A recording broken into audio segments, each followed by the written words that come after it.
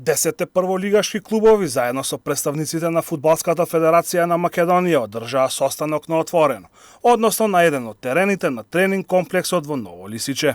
На состанокот се разговараше за тековната состојба со првата фудбалска лига, која во моментов е прекината. Ставовите на клубовите се различни и сите имаат свое гледиште на состојбата. Дел од клубовите се за продолжување на првенството, но дел се и за комплетен прекин. Според насоките на УЕФА, членките до 25 мај треба да се изјаснат дали и како ќе продолжат првенствата. Па така, ФФМ и клубовите имаат само уште неколку денови за да донесат конечна одлука. Сите учесници на вчерашниот состанок се согласни дека нема време да се доигра комплетната сезона, со оглед на тоа дека остануваат уште 13 првенствени кола, како и полуфинали и финалето на Купот на Македонија.